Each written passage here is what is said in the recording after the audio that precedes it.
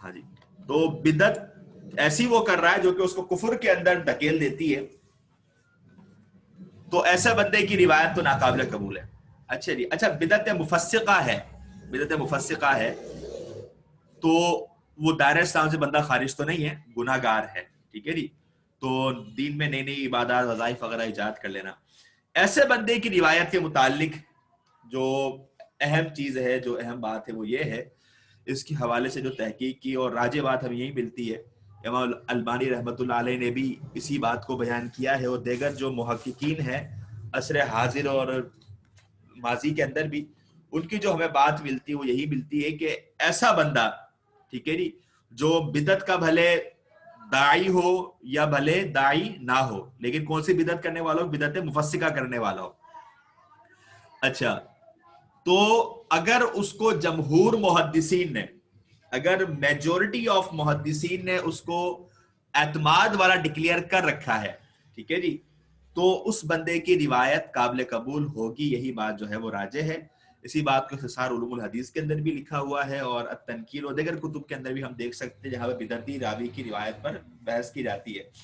البتہ ایک بات کی جاتی ہے کہ راوی جو ہے وہ اپنی بدعت کا داعی نہ ہو، اپنی بدعت کی طرف بلانے والا نہ ہو. یہ وہ اصول ہے جو کہ پریکٹیکلی طور پر امپلیمنٹ اس کا نہیں ہو سکتا، اس کا امپلیمنٹ نہیں ہو سکتا ہے. تو یا تو وہ بندہ اعتبار والا ہے یا اعتبار والا نہیں ہے.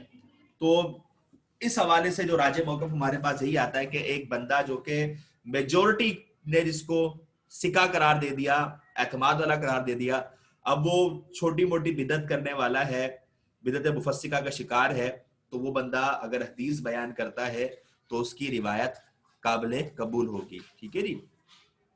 اچھا، یہ بات اس لیے میں نے کی، یہاں پر یہ بات سمجھ لیجیے، بلازاری مقصود نہیں، صرف جو ہے وہ بات بتانا مقصود ہے کہ ایک اعتراض امام بخاری رحمۃ اللہ علیہ پر ہوتا ہے کہ انہوں نے شیعہ راویوں سے روایت لی ہے، شیعہ راویوں سے انہوں نے روایت لی ہے.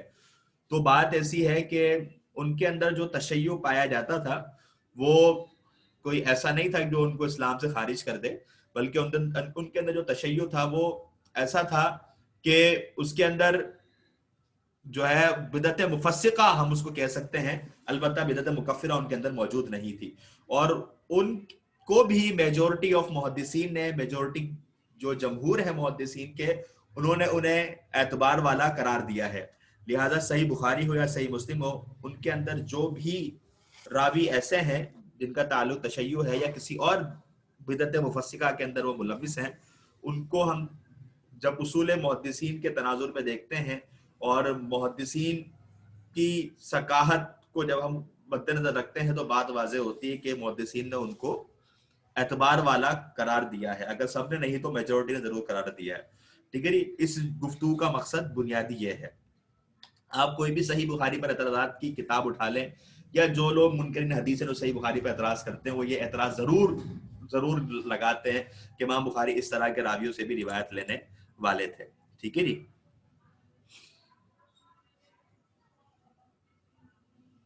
اچھا جی، ہاں واسف الرحمان صاحب بالکل آپ کی بات درست ہے. چونکہ میں نے اس مسئلے کو ابھی پورا ڈیٹیل دیکھا اور تمام کتابوں کو مد نظر رکھا تو بات یہی درست آئی ہے. حالانکہ یہ موقف بھی بعض کا ہے لیکن پریکٹیکلی طور پر یہ بات درست نہیں جس طرح میں نے بات کی. تو بات درست وہی ہے کہ وہ بندہ چاہے داعی ہو یا نہ ہو، لیکن اس کو محدثین نے اگر ثقہ اور صادق قرار دے دیا تو اس کی روایت قابل قبول ہوگی. اور آپ نے جو اس دن جو حوالہ لگایا تھا وہ بھی اس حساب سے درست ہو جاتا ہے، اور امام البانی کی تنقید بھی درست ہے. آمین بھائیہ. اچھا جی، کمزور ضبط والا بندہ، اس کو کہتے ہیں سوء حفظ. اس کو کیا کہتے ہیں جی؟ سوء حفظ، کمزور حافظے والا. کمزور حافظے کا معنی یہ ہے کہ وہ بندہ صحیح طور پر حدیث کو محفوظ نہیں رکھ سکا. وہ بندہ صحیح طور پر حدیث کو محفوظ نہیں رکھ سکا، جس کے باعث اس کی احادیث میں غلطی کا امکان ہوا. ٹھیک ہے جی. صحت کی نسبت اس نے غلطیاں زیادہ کی ہیں. ٹھیک ہے جی. ایک بندہ ہے نا جو کہ سچی، جو کہ اس کو باتیں کم یاد رہتی ہیں، وہ اکثر بھول جاتا ہے. تو اس طرح کا جو بندہ ہے اس کی بات قابل قبول نہیں ہے. اچھا، اس کے اندر اب دو طرح کے بندے ہیں. ایک تو پیدائشی جن کا حافظہ جو ہے وہ کمزور ہوتا ہے، جن کا حافظہ کمزور ہوتا ہے. اچھا ہم یونیورسٹی کے اندر پڑھتے تھے تو ایسا ہوا کہ ہمیں استاد محترم پڑھا رہے تھے, تو بات ہوئی اصول حدیث پڑھ رہے تھے یونیورسٹی کے, تو استاد نے جب سوء حفظ کو پڑھایا تو ہمارے ساتھ ایک لڑکا تھا, یہاں شاہی بازار میں رہتا ہے, ہمارے کلاس فیل ہوتا, تو استاد جی نے کہا کہ جس راوی کا حافظہ کمزور ہو اس کی روایت بھی قابل قبول نہیں ہے. تو وہ اپنی دھن میں تھا, وہ بول پڑا استاد جی یہ تو بڑی زیادتی ہے, کسی کا اگر ہاضمہ درست نہیں ہے تو وہ تو کوئی بڑی بات نہیں ہے, ہمارے یہاں کئی لوگوں کا ہاضمہ خراب ہو جاتا ہے, تو یہاں ہاضمے کی بات نہیں ہو رہی, حافظے کی بات ہو رہی ہے. تو ایک بندہ جس کا حافظہ شروع سے لے کر آخر تک کمزور ہی رہا, ٹھیک ہے جی, تو اس کی روایت درست نہیں ہے, اس کی روایت تو درست نہیں ہے. اچھا جی, ایک ایسا بندہ ہے جس کا شروع کے اندر تو حافظہ درست رہا لیکن بعد میں کیا ہو گیا, کمزور ہو گیا. کس وجہ سے ہوا؟ بڑھاپا آ گیا, بڑھاپے میں اکثر انسان باتیں بھول جاتا ہے, بنائی ٹھیک ہے جی زائل ہو جاتی ہے, ٹھیک ہے جی, تو وہ بات نہیں رہتی. اچھا, اور ایک ہم نے بات پڑھی تھی کہ راوی اپنی کتاب سے حدیث بیان کرتا ہو, تو وہ کتاب ہی جل کر ضائع ہو گئی, تو اب کیا ہوگا کہ وہ اس کی بات جو ہے وہ قابل قبول نہیں ہوگی. ایسے شخص کو مختلط کا نام دیا جاتا ہے. اس کے شخص کو کیا کہتے ہیں جی؟ مختلط کہتے ہیں. اس کی مثال جو ہے, اچھا یاد رکھیں جو پہلی قسم ہم نے بیان کی کہ جو بچپن سے ہی کمزور حافظے کا شکار ہو تو اس کی تو تمام کی تمام روایتیں ہم مسترد کر دیں گے, اس کی کوئی روایت قابل قبول نہیں ہے. دوسرا بندہ وہ جس کی روایات ٹھیک ہے جی اختلاط سے پہلے کی ہیں, ٹھیک ہے جی, اس کی روایت کیا ہے جی؟ اختلاط سے پہلے کی ہیں, اس کی کتاب جلنے سے پہلے کی ہے, اس کے بڑھاپے سے پہلے کی ہیں, تو تب تو وہ قابل قبول ہے, اور جو بعد کی ہیں وہ قابل قبول نہیں ہے. اور اگر ہمیں پتہ ہی نہیں چل رہا کہ یہ بڑھاپے سے پہلے کی ہے یا بعد کی ہے, یہ اس کی کتاب جلنے سے پہلے کی یا بعد کی ہے, ہم یہ تفریق کر ہی نہیں پا رہے ہیں, تو اس موقع پر بھی ہم خاموش رہیں گے, اس کی روایت کو ہم قابل قبول نہیں مانیں گے. ٹھیک ہے جی. اچھا, اس کے اندر ایک روایت یہ ہے, اس کی سند جو ہے وہ امام ترمذی نے اس کو نقل کیا ہے, عاصم بن عبید اللہ بیان کرتے ہیں عبداللہ بن عامر سے. ٹھیک ہے جی, حدیث یہ ہے کہ اللہ کے نبی صلی اللہ علیہ وسلم نے بنو فزارہ قبیلے کی ایک خاتون کی 2 جوتیوں کے بدلے اس کا نکاح کر دیا تھا, اس کا نکاح 2 جوتیوں کے بدلے کر دیا تھا. اچھا, میں نے پہلے ہی بتا دیا کہ یہ ہمارا درس حدیث نہیں ہے, صرف مثال کے طور پہ حدیث یہاں ذکر کی ہے. مہر کی رقم زیادہ کتنی ہونی چاہیے, کم کتنی ہونی چاہیے, یہ الگ مسئلہ ہے. تو باہر کے 2 جوتیوں کے بدلے آپ نے نکاح کروا دیا. حدیث نمبر ترمذی کا یہ ہے. اس کی سند کے اندر عاصم بن عبید اللہ, ٹھیک ہے جی, یہ بندہ دیکھیں آپ, یہ بندہ آپ کو نظر آ رہا ہے.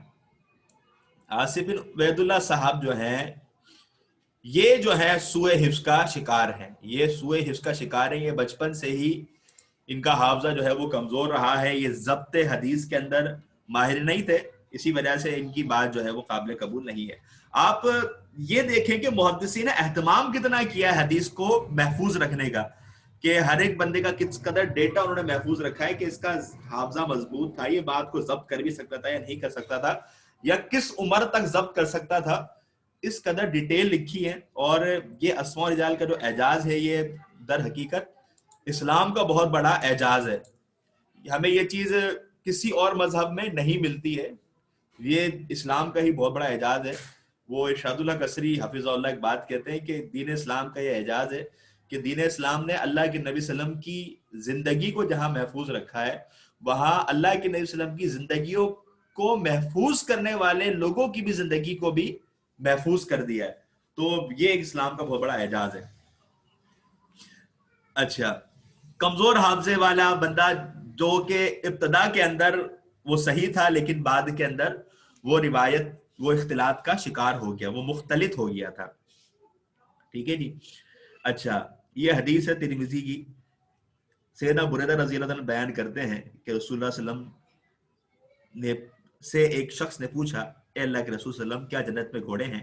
آپ نے فرمایا اگر اللہ نے تم کو جنت میں داخل کیا تو تمہاری خواہش کے مطابق تمہیں سرخ یاقوت کے گھوڑے پر سوار کیا جائے گا, تم جہاں چاہو گے وہ تمہیں جنت میں لے کر اڑے گا. آپ سے ایک شخص نے پوچھا اللہ کے رسول صلی اللہ علیہ وآلہ وسلم کیا جنت میں اونٹ ہیں؟ سیدنا بریدہ رضی اللہ تعالیٰ عنہ فرماتے ہیں کہ آپ نے اس کو پہلے آدمی کی طرح جواب نہیں دیا, آپ نے فرمایا اگر اللہ نے تمہیں جنت میں داخل کیا تو اس میں تمہارے لیے ہر وہ چیز موجود ہوگی جس کی تم چاہت کرو گے، جس سے تمہاری آنکھیں لطف اٹھائیں گی. ٹھیک ہے جی ہاں. مستشرقین نے اس بات کی بہت زیادہ جو ہے وہ تحسین کی ہے، بلکہ احادیث کے حوالے سے ان لوگوں نے بھی ورک کیا ہے، تو واقعی میں انہوں نے اس چیز کو سراہا ہے. اچھا یہ حافظ طاہر صاحب کی کتاب ہے نا، حافظ میرے خیال حافظ طاہر نام ہے ان کا اسلام اور مستشرقین کے عنوان پر ان کی کتاب ہے، تو انہوں نے اس بات کو نقل کیا ہے. باہر کیف تو اس روایت کے متعلق، اس روایت کا ایک بندہ ہے یہ، ٹھیک ہے جی. اس کو دیکھیں، حدثنا المسعودی، عاصم بن علی بیان کرتے انہیں کس نے بتایا؟ المسعودی نے. ٹھیک ہے جی. اچھا اب المسعودی صاحب کے متعلق جو بات ہے کہ یہ بندہ اختلط قبل موتہ، ٹھیک ہے جی، یہ جو ہے موت سے پہلے اختلاط کا شکار ہو گیا تھا. ٹھیک ہے جی، اختلاط کا شکار ہو گیا تھا. ٹھیک ہے جی. اچھا اب انہوں نے پوری وضاحت لکھی ہے کہ عاصم نے ان سے جو حدیثیں سنی ہے وہ بغداد کے اندر سنی ہے اختلاط کے بعد. ٹھیک ہے جی. تو یہ روایت قابل قبول نہیں ہے. یہ روایت قابل قبول کیوں نہیں ہے؟ کیونکہ جو عاصم صاحب ہیں، عاصم بن علی، انہوں نے مسعودی صاحب سے جو حدیث سنی ہے وہ کب سنی ہے؟ مسعودی صاحب کے مختلط ہونے کے بعد. مسعودی صاحب کا جب حافظہ خراب ہو گیا تھا تب جا کر انہوں نے ان سے حدیث سنی ہے. ٹھیک ہے جی. اور یہاں انہوں نے وضاحت کی حافظ زبیدی رحمۃ اللہ علیہ نے کہ ہمیں اس بات کی کوئی ثبوت نہیں ملا ہے کہ عاصم بن علی نے مسعودی صاحب سے کبھی کوئی حدیث ان کے اختلاط سے پہلے بھی سنی ہو. ٹھیک ہے جی. انہوں نے ان سے بغداد میں آ کے حدیث سنی جب ان کا حافظہ جو ہے وہ بالکل کمزور ہو چکا تھا اور وہ اختلاط کا شکار ہو گئے تھے. تو لہٰذا اگر کمزور حافظے والا راوی ہے اور اختلاط کے بعد کوئی اس سے روایت کر رہا ہے تو لہٰذا اس کی بات قابل قبول نہیں ہے. تو اس طرح کی بہت ساری مثالیں ہم دیکھیں تو مل سکتی ہیں. آپ کے پاس اگر کوئی حدیثی کتاب آپ کے پاس اگر کوئی حدیثی کتاب تخریج والی ہے نا، تو آپ جو یہاں پر اقسام پڑھ رہے ہیں اس کا بھی آپ ایک دفعہ جائزہ لیجئے گا. ٹھیک ہے جی. اچھا میں جو یہ آپ کے لیے مثالیں جمع کر رہا ہوں نا، تو کچھ کتابیں ہیں جن کے اندر مثالیں موجود تھی لیکن وہ مثالیں جو ہے وہ ایسے ہی نقل کر دی گئیں، ان کے اندر کچھ درست بھی ہیں کچھ درست نہیں ہیں. تو لہٰذا یہ آپ کو میں نئی مثال نوٹ کر کے ذکر کرتا ہوں. تو آپ کے پاس کوئی بھی تخریج والی کتاب ہو تو اس کے اندر سے آپ جو ہے وہ جائزہ لے سکتے ہیں، اور اس کے اندر آپ دیکھ سکتے ہیں کہ ہم نے جو اصطلاحات پڑھی ہیں ان میں سے کون کون سی آ رہی ہیں. اگر آپ کے پاس حافظ زویلی والی مشکات المصابیح 3 جلدوں کے اندر موجود ہے تو وہ بہت زبردست ہے، اس کے اندر انہوں نے بڑی ہی آسان انداز سے تخریج کی ہے. اچھا جی. ثقہ راویوں کی مخالفت کے سبب درج ذیل احادیث کی اقسام بنتی ہے. ٹھیک ہے جی. شاذ ہے، مدرج ہے، مقلوب ہے، المزید ہی متصل ساند، المسترب. ٹھیک ہے جی. اس کے اندر شاذ جو تھا وہ نیچے تھا لیکن میں اس کو اوپر لے کر آیا کیونکہ پہلے شاذ کو ہم نے سمجھنا ہے پھر جا کے کہانی آگے چلے گی. شاذ اس حدیث کو کہتے ہیں جس میں کم حافظے والا زیادہ حافظے والے کی مخالفت کرے، ثقہ اوثق کی مخالفت کرے. ٹھیک ہے جی. ایک زیادہ اعتماد والے کی کم اعتماد والا کیا کرے؟ مخالفت کرے. اس کو ہم کیا کہتے ہیں؟ شاذ کہتے ہیں. ٹھیک ہے جی. اس تعریف کو اگر ہم مزید مثال سے سمجھیں، میرے خیال شاید سمجھ میں آ گئی ہوگی، نہیں تو مزید سمجھائیں آپ کو. اللہ اکبر.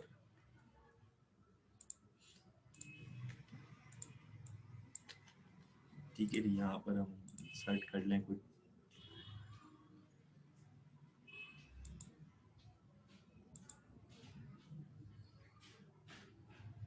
اچھا جی.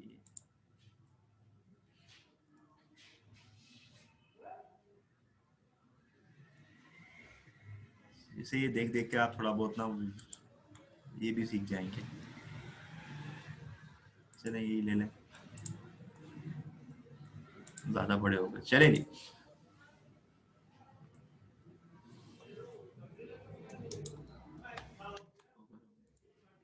اس کے بغیر ہی کام چلاتے ہیں، یہ وقت کھا جائے گا. اچھا جی. دیکھیں مثال کے طور پہ میں نے مثال پہلے بھی دی تھی آپ کو، ٹھیک ہے جی.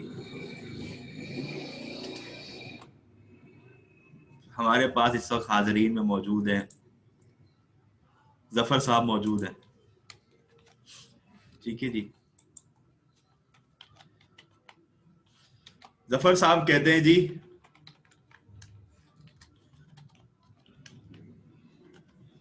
کل چھٹی ہے، ٹھیک ہے جی. اس کے علاوہ اور ہمارے پاس دوسرے یہاں موجود ہیں جو ہے زین العابدین صاحب ہیں،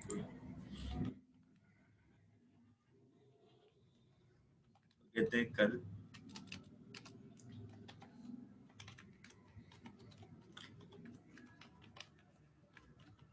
ٹھیک ہے جی. مثال سے جو ہے وہ بات انشاءاللہ مزید واضح ہو جائے گی اور پختہ ہو جائے گی.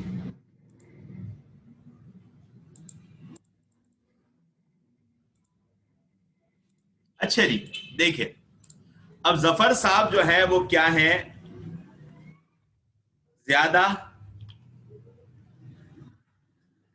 اعتماد والے، ٹھیک ہے جی، جس کو ہم کہتے ہیں اوثق. کیا کہتے ہیں ہم؟ اوثق.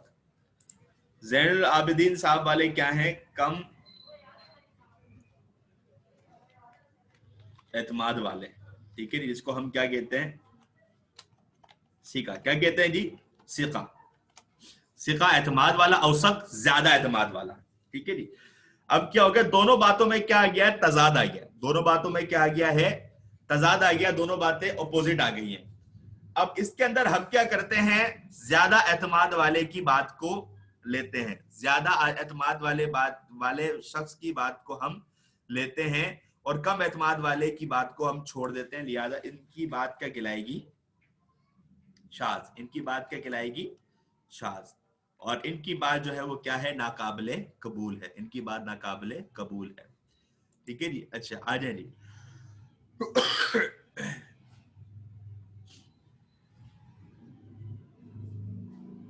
اچھا یہ ایک روایت میں نے آپ کے سامنے پیش کی ہے کہ عبد الواحد بن زیاد سے، وہ عامر سے، وہ ابو صالح سے، نبورہ سے روایت کرتے ہیں کہ رسول اللہ صلی اللہ علیہ وسلم نے فرمایا جب تم میں سے کوئی فجر کی نماز ادا کرے تو اس کے بعد اگر وہ سونا چاہے تو دائیں کروٹ پر سوئے. امام بیہقی رحمۃ اللہ علیہ اس روایت کے متعلق کہتے ہیں کہ عبد الواحد نے اس سے مختلف بات کی ہے جو کثیر تعداد میں لوگوں نے بیان کی ہے، جو کثیر تعداد میں لوگوں نے بیان کی ہے، ٹھیک ہے جی. اچھا انہوں نے اختلاف کیا کیا ہے؟ دیکھیں یہاں پر جب ہم حدیث کو پڑھتے ہیں، یہاں پر یہ حدیث ہمارے سامنے قولی حدیث کے طور پر ہے، ہمارے سامنے قولی حدیث کے طور پر ہے، ٹھیک ہے جی. تو امام بیہقی کہتے ہیں صرف عبد الواحد ہی وہ اکیلا بندہ ہے، عبد الواحد ہی وہ اکیلا بندہ ہے جو اس حدیث کو قولی بیان کرتا ہے، جو کہ اس حدیث کو قولی بیان کرتا ہے.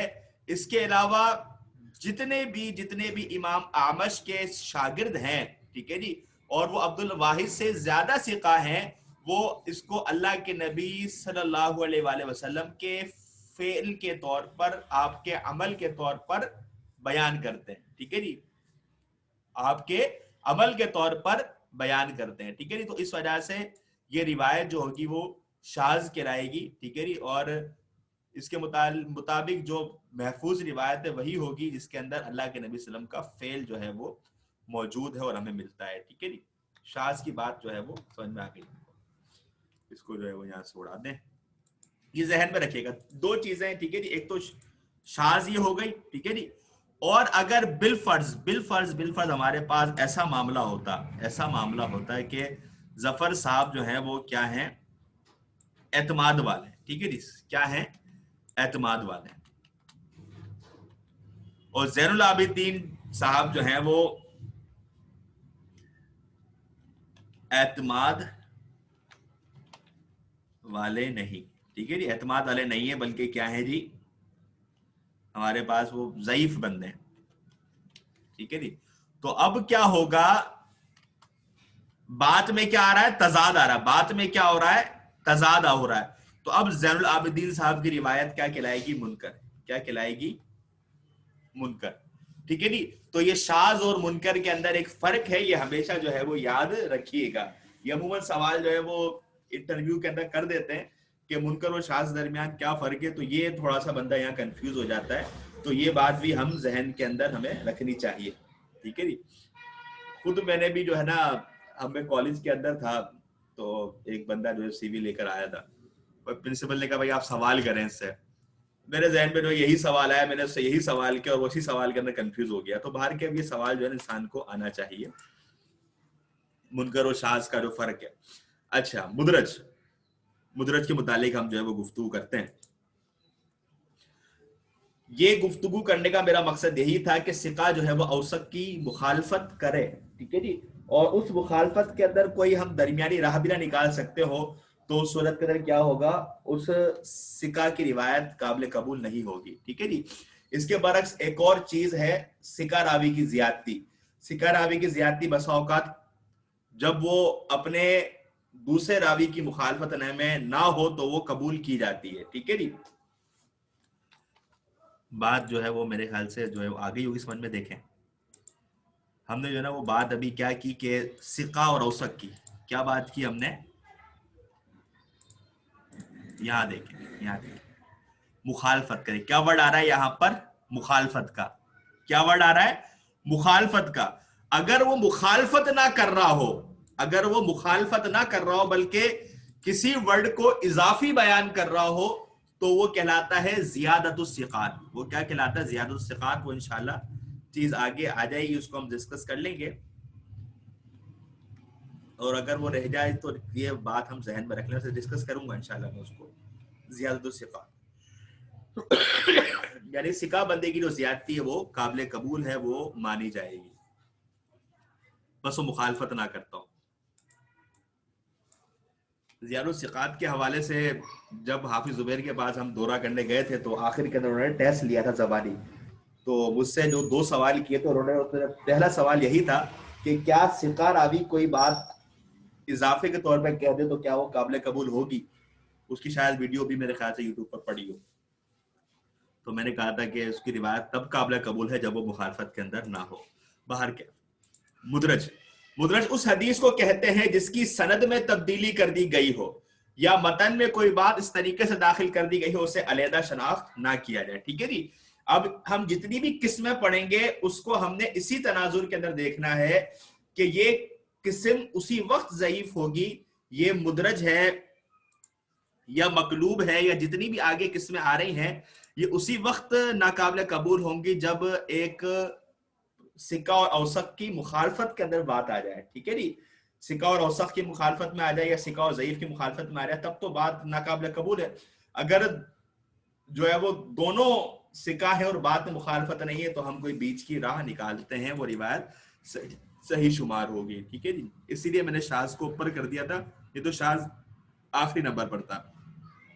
اچھا, معذرت کے ساتھ کھانسی بازی ہے, موسمی اثرات میں اچھی طرح تھوڑا چکڑا ہوا ہے, اس کے لیے آپ سے معذرت. اچھا, مدرج اس حدیث کو کہتے ہیں جس کی سند یا متن میں تبدیلی کر دی گئی ہو, ٹھیک ہے جی. اس کی 2 قسمیں ہیں, مدرج فی السند اور مدرج فی المتن. اچھا, مدرج فی السند, مدرج الاسناد اس حدیث کو کہتے ہیں جس کی سند میں تبدیلی کر دی گئی ہو, ٹھیک ہے جی. اس کی صورت یہ ہو سکتی ہے کہ ایک راوی حدیث کی سند بیان کر رہا تھا, سند بیان کرتے اس نے حدیث کے بجائے اپنی سند سے کوئی بات کر دی, سننے والے نے سمجھا یہ اس سند کا متن ہے جو اس صحابہ نے ہمیں دے دیا ہے, ٹھیک ہے جی. جس کی مثال یہ ابن ماجہ کی حدیث نمبر 1333 ہے کہ ثابت بن موسیٰ شریک بن عبداللہ القاضی کے محفل میں آئے. اس وقت وہ اپنے شاگردوں کو کیا کر رہے تھے, حدیث لکھوا رہے تھے. حدیث وہ لکھوا ہی رہے تھے کہ انہوں نے سند مکمل کر دی اور انہوں نے کہا کہ آمش نے ابو سفیان سے, انہوں نے سیدنا جابر سے روایت کی کہ رسول اللہ صلی اللہ علیہ وسلم نے فرمایا.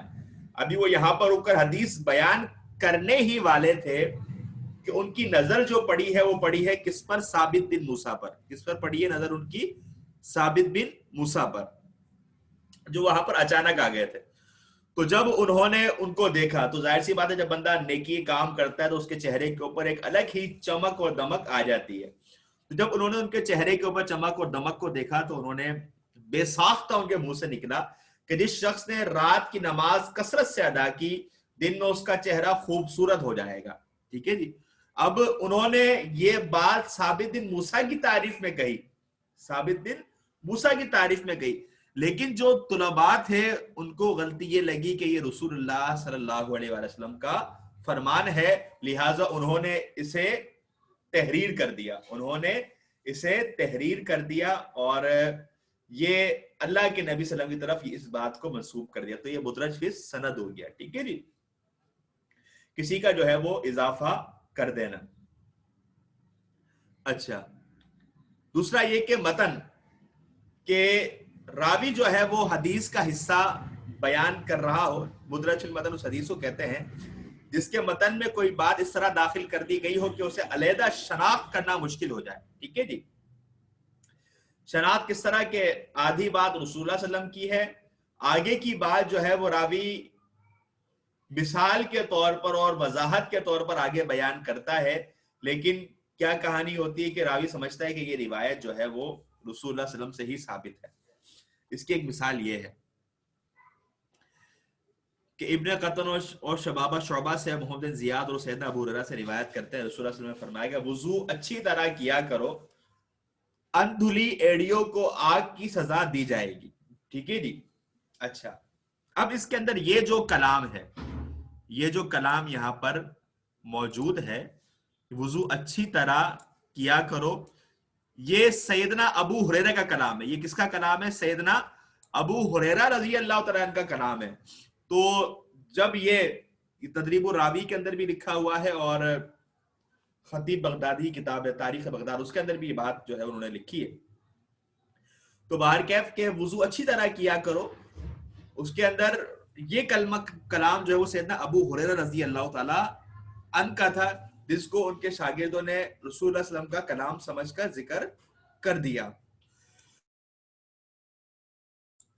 کلام سمجھ کے وہ ذکر کر دیا ہے. تو اب ہمیں اس بات کی وضاحت کیسے ہوئی کہ صحیح بخاری میں جب ہم نے اس روایت کو نکالا تو ہمارے سامنے یہ بات واضح آ گئی کہ سیدنا ابو ہریرہ فرماتے ہیں کہ وضو اچھی طرح کیا کرو, وضو اچھی طرح کیا کرو. ٹھیک ہے جی. کیونکہ اللہ کے رسول صلی اللہ علیہ وسلم نے فرمایا کہ ویل للعقاب من النار, کہ اندھلی ایڑیوں کو آگ کی سزا دی جائے گی. ٹھیک ہے جی. تو ہمیں صحیح بخاری کی حدیث سے اس بات کی وضاحت ہو گئی کہ سیدنا ابو ہریرہ رضی اللہ تعالیٰ کا فرمان یہاں تک تھا, باقی جو آگے کا فرمان ہے وہ رسول اللہ صلی اللہ علیہ وآلہ وسلم کا ہے. ٹھیک ہے جی. جبکہ یہاں پر جو ان کے شاگردوں کو شک ہوا وہ یہ ہوا کہ یہ پورا کا پورا کلام جو ہے وہ سیدنا ابو ہریرہ رضی اللہ تعالی عنہ کا ہے. یہ پورا کا پورا کلام کلام سیدنا ابو ہریرہ کا نہیں بلکہ رسول اللہ صلی اللہ علیہ وسلم کا فرمان ہے. وہ سمجھے پورا کا پورا کلام اللہ کے نبی صلی اللہ علیہ وسلم کا ہے, جبکہ بات اس طرح نہیں ہے. وقت جو ہے یار 3 منٹ بچے ہیں, مطلوب بس ٹھیک ہے. انشاءاللہ کل جو ہے نا وہ کسی آغاز کل کرتے ہیں, ہمارے پاس جو ہے وہ 3 منٹ ہے. کوئی سوال ہو تو وہ آپ کر لیجئے. اچھا, ایک سوال اور جو ہے وہ میرے خیال سے میٹنگ میں موجود ہے. ہاں واسف بھائی, آپ نے ایک سوال مجھے بھی واٹس ایپ کے اوپر دیا تھا, تو اگر کسی کا سوال ہے تو وہ کر لیں تو میں اس کا جواب دے دوں یہاں پر.